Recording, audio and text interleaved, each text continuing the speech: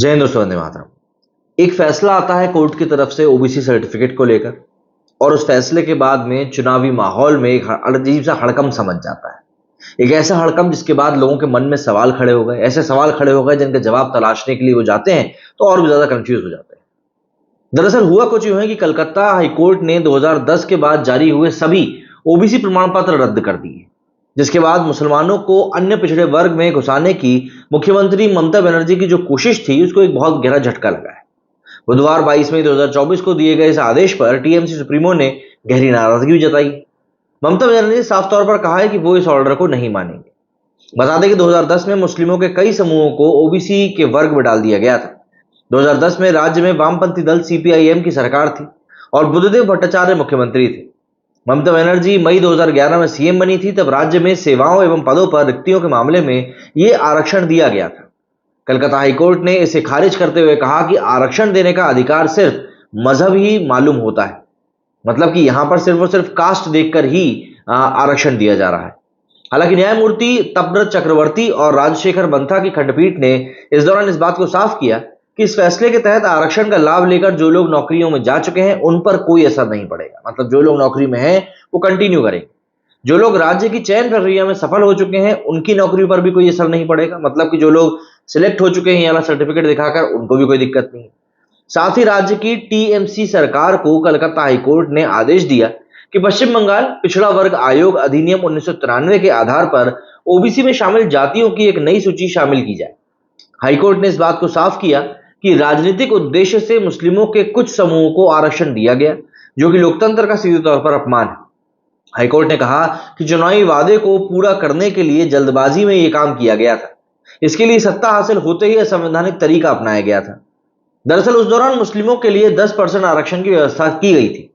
कुल 42 नए समुदायों को ओबीसी वर्ग में जोड़ा गया था, जिनमें से 41 मुस्लिम थे। बताया जा रहा है कि 2010 के बाद से ही 5 लाख से भी ज्यादा लोगों ने अपना ओबीसी सर्टिफिकेट बनवाया। 2010 से पहले जिन 66 जातियों को इसमें जोड़ा गया था उसमें हाईकोर्ट ने बिल्कुल इंटरफेयर नहीं किया था। हाईकोर्ट ने माना कि जो लोग सही में पिछड़े वर्ग से थे उन्हें सर्टिफिकेट नहीं मिला। 5 मार्च 2010 से 11 मई 2012 तक करीब करीब 42 वर्गों को ओबीसी में जोड़ा जाने को लेकर न्यायालय ने अवैध बताया है। ठीक इसी तरह 2010-2024 के बीच जारी किए गए सभी प्रमाण पत्र रद्द किए गए और अभी ओबीसी के तहत मिलने वाले सरकारी फायदों का लाभ उठा नहीं पाए। वहीं ममता बनर्जी ने इस फैसले को स्वीकार करने से इनकार कर दिया है और कहा है कि सुप्रीम कोर्ट में इसे चुनौती दी जाएगी। उन्होंने इसे बीजेपी का आदेश बताते हुए ओबीसी आरक्षण जारी रहेगा बात कही।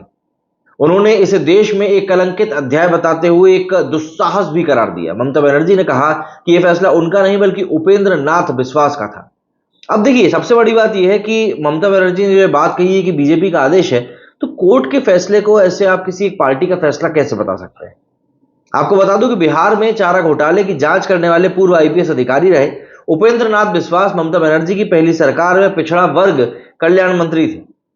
चारे घोटाले की जांच के समय वो सीबीआई के ज्वाइंट डायरेक्टर भी थे। लेकिन अब हाईकोर्ट के आदेश के बाद ओबीसी की नई सूची बनाकर इसे विधानसभा में पेश किया जाएगा। अब टीएमसी सरकार के पास इस मामले में हाईकोर्ट में रिव्यू पिटीशन दाखिल करने या फिर सुप्रीम कोर्ट में इस मामले को चुनौती देने का पूरा विकल्प मौजूद है।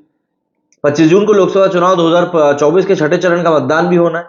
उससे ठीक पहले यह फैसला आया है और बताया जा रहा है कि कुल 77 मुस्लिम जातियों को मिला ओबीसी का दर्जा रद्द किया गया है। इनमें 42 को सीपीआईएम और 35 को टीएमसी सरकार ने इसमें जोड़ा था। पश्चिम बंगाल में 1/3 जनसंख्या दरअसल मुस्लिमों की मानी जाती है।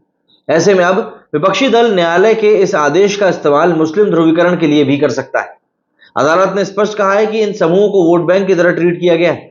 वहीं भाजपा ने इस फैसले का स्वागत किया है। पार्टी के अध्यक्ष जेपी नड्डा ने कहा कि असंवैधानिक तरीके से ममता बनर्जी तुष्टीकरण और मुस्लिम लीग के एजेंडे को आगे बढ़ा रही है। उन्होंने कहा घमंडी गठबंधन संविधान की धज्जियां उड़ाने में लगा है। वहीं केंद्रीय गृह मंत्री अमित शाह ने कहा कि वोट बैंक के लिए डाका डालकर मुस्लिमों को आरक्षण दिया। उन्होंने पश्चिम बंगाल की जनता से पूछा कि क्या कोई मुख्यमंत्री उच्च न्यायालय के आदेश को न मानने की बात कर सकती है। लेकिन बात वही है कि ममता बनर्जी ने साफ तौर पर यह बात कह दी।